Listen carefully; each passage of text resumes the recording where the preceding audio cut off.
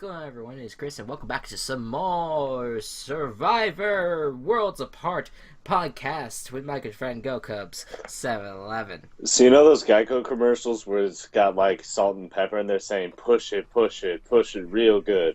Well, like the commercial starts out with this guy who's pushing a door and like he's pushing the door, but he's going through the door and he's pushing it in, which is a total fire hazard. Because like if there's a fire and everyone's trying to like get the fuck out, you have to open the doors first, and you can't open the doors when people are like pushing at you. So you need to have the doors pushing out. That's why all doors, like, you're supposed to push them out. You push them and you go outside. It's fire hazard. The guy goes, for an insurance company, they're not being very safe. Pull it real good. Okay. Anyways, welcome to Survivor Worlds Apart podcast. So we just watched the second episode of these two new tribes that just formed last week, and we have Eskameka and Nakarote. Yeah, we got blue and red. Thank God for you memorizing those names, because I would not. I mean, they're in front of me now, but I would never be able to just say them off the. Eskameka and Nakarote. Yeah, I have to get used to them. Actually, not anymore. Well, yeah, true. But we will talk about that in a second. All right, so it opens up. It says the festivities kick off the morning after Tribal at Nagarote Beach, and Shireen asks Carolyn if they can still work together, and Carolyn's just like, hell to the no. Crazy bitch. And essentially, she says that Shireen was Max's puppet. So essentially, she hit the nail right on the head. So I mean, it was clear that Max was pretty much. I mean, yes, Max and Shireen, that they loved each other, but yeah, they were like buddy. But Max was definitely the brains behind their madness.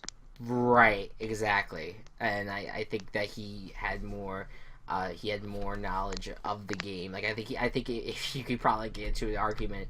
And Max would most likely win with very useless facts about Capricorn stuff. I want some corn. I haven't had popcorn in a while. I need to. So then later on, Haley tells Shireen that I'm gonna go make some popcorn. Just kidding. I'll right. right, exactly. Just leave. I'll just read it out here. Later on, Haley tells Shireen that the others found her annoying. Well, at least Haley's being honest there. This reminds Shireen of her childhood, where it was a struggle to get people to like her. Now that I saw that, and I felt bad for Shireen. Yeah, I had to be I had like a love for Shireen. Like I loved her in the beginning, then she got a little too weird for me. And now, like, looking at it, like, yeah, she kind of was. She's an outcast, and now she has to deal with the fact that she kind of was bullied by the popular crowd in a sense, even though they are more annoying. So I did feel bad with her on that one.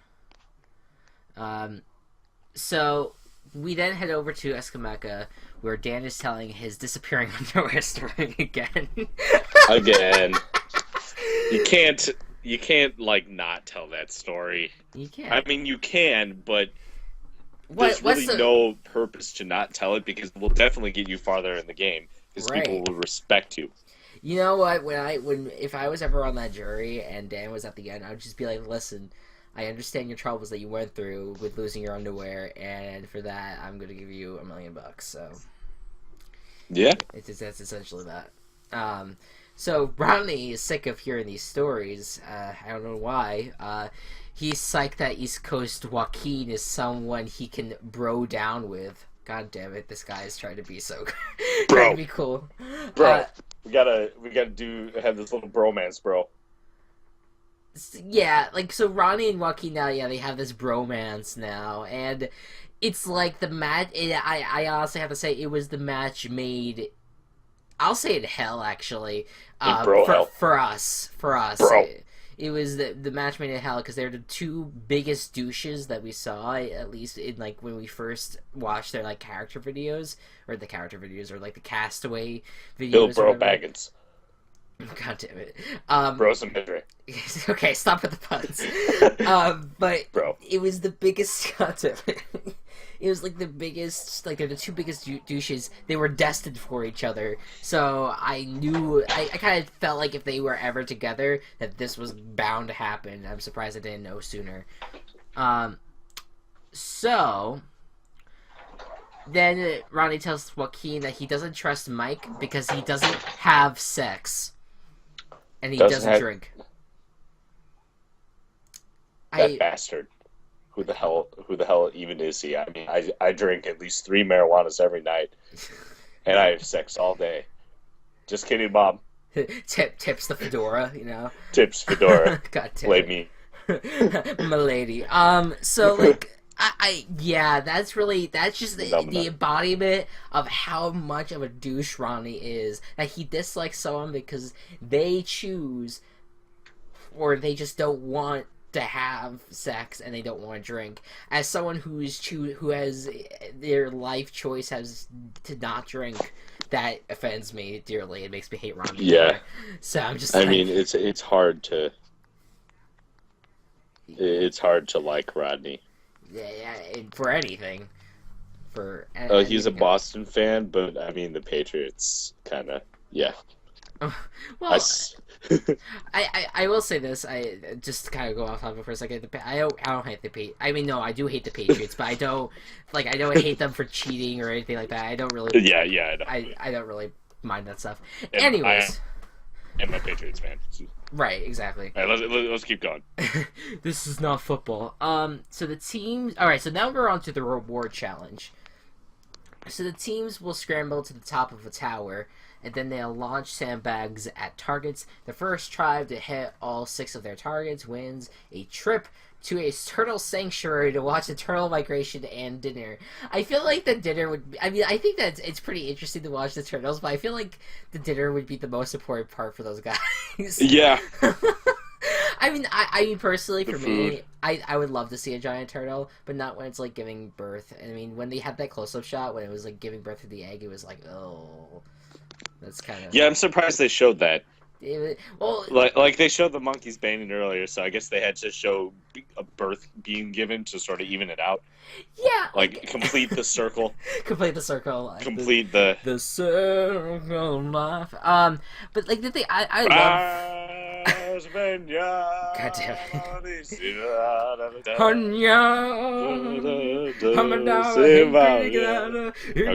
Okay. So the thing about that, like, I feel like with the turtles, that they could have just shown the eggs. They didn't actually have to show the egg excreted from the body. So I thought that was a little odd. Anyways, this is now after the reward challenge. So now for the reward challenge itself, so there was a note that says here that Joaquin was psyched that Max was gone, which that was really fun to watch. He was just like yes on the other tribe. So then Dan decides to set out for Escameca, and the challenge starts off, and Ronnie is a house of fire. He wants to see some turtles, bro. Escameca reaches the top of the tower first and starts launching. Nagarote eventually joins them, and it's pretty even. In fact, it's tied 5-5 when Jed... practically dead even. It's practically dead even, and it's tied 5-5 when Jed hits the winning shot for Nagarote, and that's the first win for Nagarote. Woohoo! I was really happy. Not when that totally happened. unbeaten. I was very happy because it meant that there wasn't going to be one tribe dominating. Right, exactly, and that Joe and Jen are safe as well, and Will, and pretty much anyone no collar really. That we liked. So let me see here. Wait, let's see. Wait, can I just say real quick about when they won? Fucking Will and his dancing. He was just like, I believe that we can win. I believe that we will win. I believe that we will win. Yeah, and then he was just doing like this like fist thing, and I was just like, fucking Will, I love this dude. I can't, like, I there's something about Will that I just love. I know that he's not really that great at playing Survivor. Like, he's good at, like, being social, but like he hasn't really. Although he did hit a target in like one shot. Yeah, that's something that you could give him. But I like just in general, he's not really like the top player right now. No. So but I do like him for his personality, and I'm hoping that he actually does end up starting a YouTube channel at some point instead of just the one video. I hope so. Because that would be interesting to watch. All right, so then More singing. we're saying yeah, right. He's a pretty good singer, so Yeah. So we meet up with the Nagarate. We meet up with Nagaroti at their picnic lunch. They're enjoying beef stew, macaroni cheese, and other stuff. The mac and cheese looked really good. Yeah. I was like, oh yes. Shireen's happy to get a chance to bond with the group and it breaks out a solid Rodney impression. I remember that. That was pretty good.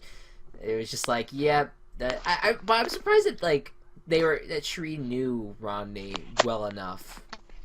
I mean, maybe he's just that much of a meathead that he radiates meatiness. That you could just tell that that's just his behavior. Oh, I mean, he also spoke in the beginning of the game, so maybe she just kind of took from that. Yeah. So who knows? But that was interesting. So that night they watched the turtles lay their eggs, kind of weirdly. It would have been so cool if production could have arranged for the turtles to lay an idol. God damn it. Okay. God damn I'm done. God damn it. How the hell? Article. You know, it's funny because I was watching a podcast last week and I'll shout them out even though it's not even necessary. People from Minecraft, Good Boulderfish, Jay Sano, MC Gamer, they did a podcast last week of Survivor, and they're saying how the chickens I think it was either last week or the episode before that they should have the chickens lay like golden eggs that had like most or like that had like some sort of to do with the idol. That'd be part of the reward challenge. God damn it. That'd be funny as hell. That would be pretty. That would be pretty good. Pretty swag. Exclamaka oh, God damn it. What's her name? Sierra? Sierra? Sierra, god damn it. Sierra? I had a complete brain fart just then. Let's Joaquin know that how much she dislikes Dan and the other previous Escamecians. He tries to get her to align with Ronnie, but she isn't sure if she could work with him. And I kind of agree with her. I mean, he was probably the biggest douche to her compared to Dan. Like, Dan's just an idiot, but Ronnie was actually just being a douche. Ronnie's total fucktard. So, I mean, I would think that you would want to align with people that you at least can stand for now. Now, I wouldn't even say the words align. I would say more so, just tolerate and work with for now. Yeah. Especially since the merge is going to be around the corner. So then we had Ronnie. So Ronnie swings by. It seems to make peace with Sierra. He tells like the community, I'm sorry, in the confessional rather, that he can see his hand being raised in the end like Rocky Balboa. Yeah. And essentially just being like, yeah, I run this game. Yeah. Go Adrian. God damn it. Just I can't with that guy. He's like, he's too Boston, man. He's too Boston for me to handle. Yeah. I know how that feels. So later on... Chris, Boston to you is Wisconsin to me. Well, I mean, there's not a lot of Boston people around here. But, yeah, sometimes... And there's a lot of awesome Boston people, like, for Survivor references, Boston Rob. Right. But there's just some that are just so stereotypical. Yeah. And then there's someone that completely know. That's like Ronnie, who is just a complete douche and stereotypical, and just like you just can't stand it. Like, back up, man. Calm the fuck down. So then later on, Ronnie's pitches the idea of throwing the next challenge so they could get rid of Joe. And Mike is considering that as a way to save Kelly, which I thought. Now, I don't know what your opinion about this was, but I thought that was a good decision on Mike's part.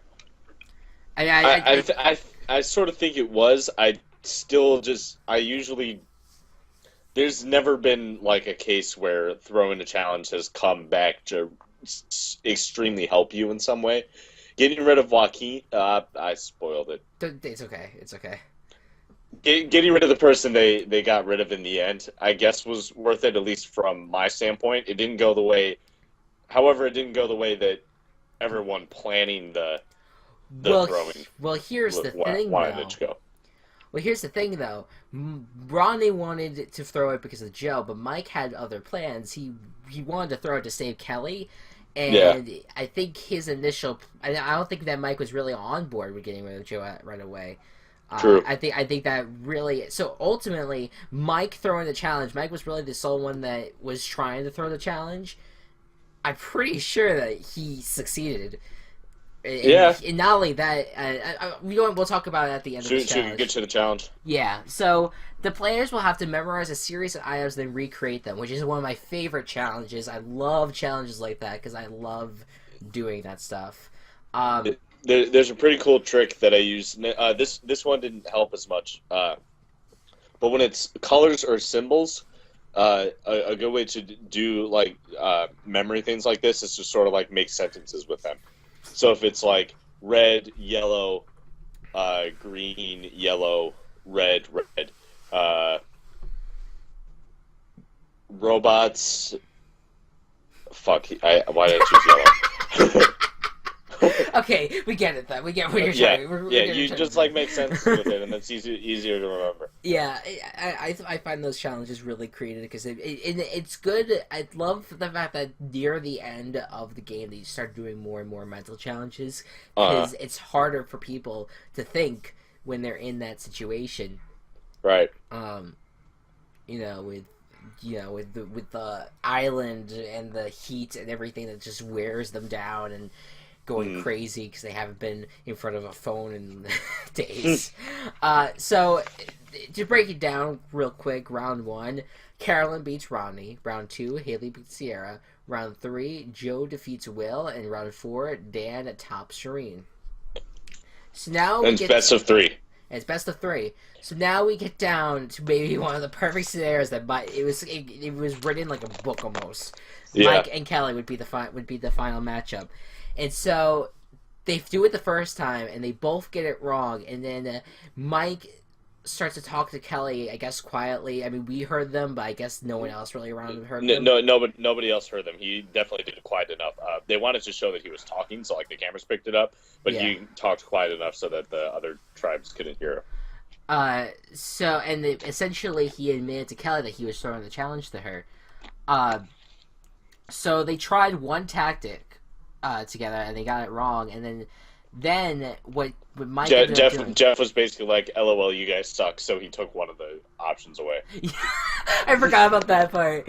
Yeah, he was just like, "Yeah, this is too hard for you guys. Let me take away one item." And then what happened was that in that last part, Mike was like, "Okay, Kelly, what I'm gonna do is I'm going to order it out, but switch the bottles by accident. You have to just make sure that you do my order, but switch the bottles." Right, exactly. Mike knew exactly what was going on, and like if you're gonna throw a challenge, Mike did it in the best way possible. I definitely have to give him that. Absolutely. Even though I don't agree with throwing challenges, he did a great job of doing it. Yeah, and I mean, what he wanted to do was give Kelly immunity and have her put more trust in him, and that's exactly what happened. Kelly went to confessional and it was just like, now I know that this is this is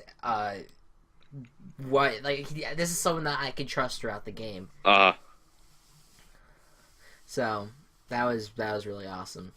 So back at Escameca, so now we know that the blue tribe ended up losing, which was, to be honest with you, when I sadly got spoiled prior to actually watching the whole episode because I instead watched Big Brother Canada, which was like a nerd. Hey, listen, it's actually pretty good so far. I watched Big Brother Canada after Survivor because I usually watch with my dad with Survivor, so I didn't watch it because he was doing something else. I forget what. So I was about to turn on Big Brother Canada, and the end of Survivor was shown to me, and I was not only shocked by who went, but I was shocked by the fact that the Blue Tribe lost. So it's just like, how the hell did that happen? And I mean, now it makes sense a little bit, but it was still nice to see that tribe did not completely dominate the challenges. It was a perfect 2-2 split for the challenges. So now we're heading back to Eskameka. Now we're gonna have to find out who is going to be eliminated. So now Mike and Ronnie, they sneak out and talk strategy. It looks like they're going to go get rid of Joe. And it's going to be an amazing plan. It's going to work out just the way they want it. But not the way that Chris wants it, because Joe is his pick to win. Yeah, well, that and it was scary for me, because I was just like, oh, Jesus, this better go right. So I was really, like... Although you already knew. Yeah, true. But I even then I was still like heartbeating, because I was just like, wait a minute, what if that wasn't Joaquin that I saw? I spoiled it again, but like, it's okay. What if it wasn't that guy that I saw? Oh my god. What if it was Joe? So then all of a sudden, it says here, after Mike and Ronnie talk, Ronnie and Joaquin hug about a dozen times. And goes to the next scene. Mike and Dan approach Joe and lets him know that Ronnie is gunning for him. So now Mike and Dan and Joe apparently now have this threesome. Joe says he thought Sierra was the swing vote, but that she hates Dan. Dan was just like, he's gonna try to get back our good side. And Dan was just like, yeah, I really fucked up. Yeah. I really fucked up, which was nice to see. Honesty is good. Which was nice to hear from Dan. Kids.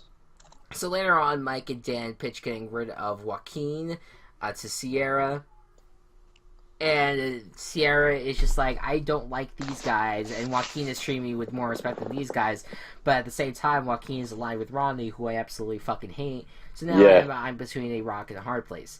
So now later on, at Tribal, you got Joe. Joe is talking about how the old Eskameka was really a big happy family because Sierra ratted them out right away. Right. He didn't say that with those exact words, but that's essentially what he was alluding to. The implied. That impliement. So Dan agrees, and that there was dysfunction within the old tribe, and Tyler thinks the Bloodbuds' blood centered around Sierra. So Tyler just came out right and said that. Good job, professional football player. So Sierra... 7. Sierra felt like she was being picked on, and Mike makes it a point to say that he didn't pick on her. And Sierra was agreed with that. You know, fun fact: Tyler had his 7th confessional this episode. Just kidding. I was not keeping. God damn it! Imagine. I wasn't keeping track. Yeah, honestly, you're probably right. You are most likely right. It's not that far fetched. Yeah. It really is, with the amount that he has been shown this episode. Yeah. So then Ronnie admits that there were problems. He's going to look for his best opportunity. Joe thinks that he's on the bottom because he doesn't have anyone. And Sierra brings up Dan attacking her after their last tribal. Mike hopes that he can believe in the people he trusts, and that's when we lead into voting time. Dun, dun, dun. So Joaquin votes for Joe Cool, Joe votes for Joaquin, and the rest of the votes are secret, even though really it's Sierra that we're waiting to find out. Right. And it goes back and forth, and there's 3 votes Joe, 3 votes Joaquin, 1 vote left. And essentially Joaquin bites the dust. Bites the big one. And I'm so happy. It's so refreshing to see that asshole gone. I didn't like him. I hate Ronnie more, but it was at least nice to see one of the assholes of the season leave. Yeah. Because I didn't really like him. And then I'm just reading what the guys wrote here. So he said, well, that was odd this season, man. It's awesome because so many big entertaining things are happening. Strategies are counter strategies and blind sides. Oh my, but who are we rooting for here? Joe, Shreen? I need a little bit more positivity from this bunch. So far, So far, I'm rooting for Joe. I'm rooting for pretty much every no collar at this point. Every no collar. I really don't have Yeah. a problem with any of them. I think in fact those were really the only people that I like. I mean, again, yeah, like they're really the only people left in the season that I actually like. I mean, like I don't really mind Sierra. I'm starting to get used to Mike a little bit. And Tyler, as much as we make fun of him, he's really hasn't been that terrible. No, Tyler's not that bad. It's a personal thing at this point. It's that personal. No, okay. No, it's not personal. It's just that you've played on 7 professional football teams. God damn it. All right. Well, with that being said, though, we are looking at the merge next episode. At first I was surprised, but I realized the amount of people they have. Although I don't know, that's a pretty big jury. That's 9 people that they're essentially predicting, if not maybe 10, if they're going to do a final 2. That's a pretty massive jury for that matter. Oh shit! I'm sorry, guys. Looks like there was a drop in call. Give us a second. Okay, I'm gonna take the total blame on that one. I was getting closer to my phone, I accidentally hit the hang up button with my nose. God damn it! It's all right. All right, are we still going? Yeah, we're still going. All right. Okay, sorry about that. I was about to say we are now going to the merge, which I was kind of surprised about, considering that the fact that the jury is going to consist of 9 to possibly 10 people, which usually isn't it the jury like 7? No, usually the jury's 9. It's usually not okay. I feel like the jury is so much smaller than what it appears to be. It definitely will. I mean, some seasons it's more. Oh, I sometimes I don't really pay attention to the jury amount, but like I was kind of surprised because I feel like they just switched these teams and now they're merging really fast. I felt, but I mean that's okay. They do that a lot. Like they do the tribe flip, and then like 2 or 3 episodes later, it's straight into right to merge. Yeah, and I feel like you're gonna see a lot. This is usually the first vote of the merge is always the most fun to watch. I love the first vote of the merge. That basically determines where the rest of the series is going to go. It's so much fun to watch it. And, I think that really, I at this point it's kind of hard to say who is going to be going home because we don't know how the alliances will sway. We could see that No Collar is probably going to have their alliance, and Blue Collar will probably stick with their alliance. Maybe Ron. But we only have 3 White Collar left. Yeah, so White Collar might disperse between those 2. And Rodney is kind of on his own now because he is going to hate his Blue Collar tribe. Yeah. And Sierra, I mean, she partnered up with them, but I don't think she's really going to stick with them. No. She might move on to maybe the No Collar tribe. I could see that. So I think the No Collar tribe is going to have a huge amount of control going into the final weeks, honestly. Which I'm happy about because I like the No Collar tribe a lot. So, anyways, who do you predict being the person that will be eliminated? I went on a huge feel earlier. I think it's going to be Mike. Mike, okay. Any addition to that? Any add? Yeah, I think that just out of the people that he's going to be the one that's hated the most. I think that the White Collar are eventually going to team up with even though Shireen is probably with the No Collar. Maybe I don't fucking know, but who knows? I think that Tyler and Carolyn will eventually go to the White Collar, especially since most of the Blue Collar just voted out Joaquin. Yeah. So yeah, I'm gonna say that even though he's not the strongest threat, I think that he has been trying to play a very kind of ruthless game and trying to make big moves even though they failed. I think that he's gonna make himself look like an idiot next episode, and Rodney will bite the dust right after Joaquin has. Joaquin, his bra. So his bra. So I'm real. I mean that's at least who I'm hoping. He needed Joaquin to hold his boobs up. God damn it. I'm really hoping that Rodney goes, but at this point, who knows what's gonna happen. I don't see Rodney winning at this point. I don't think he has. I No, don't think he there's has no people. way.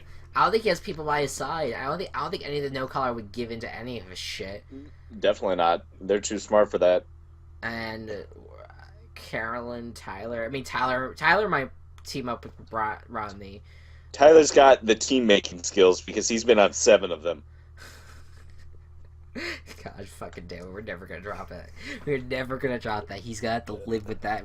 If he ever watches this podcast and he's gonna watch the whole series through, he has to deal with us making fun of his 7 first. Okay, you know what? I will give up Tyler the episode after he's eliminated. Yeah, alright, that's fair enough.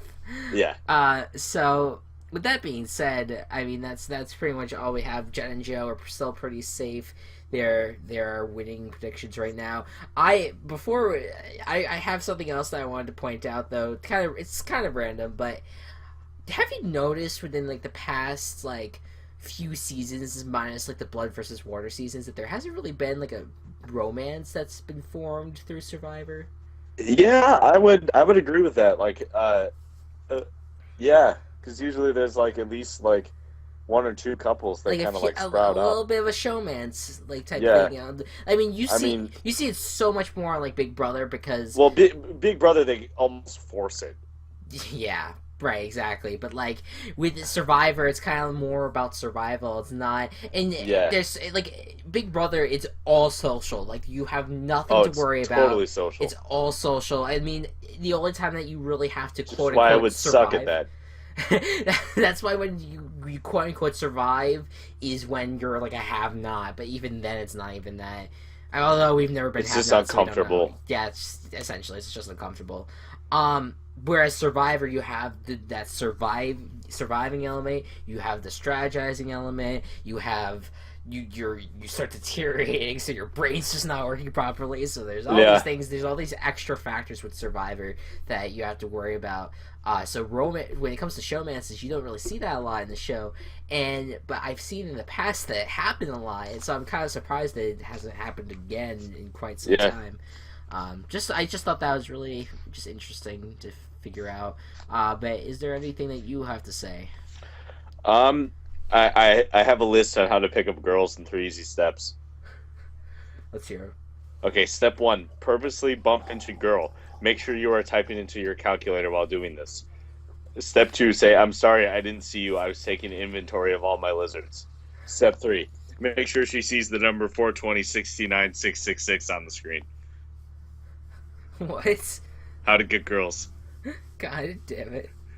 They like lizards. They got lizards. My 3 step. Any girls out there? Can you confirm that lizards? Right, exactly. If any girl comes across this podcast, just let us lizards. know. And my lizards. My 3 step is get paid, get laid, Gatorade. Shout out to Jacksonville for that. So anyways, guys, thank you so much for watching, and we'll see you guys next time. Bye-bye. Bye.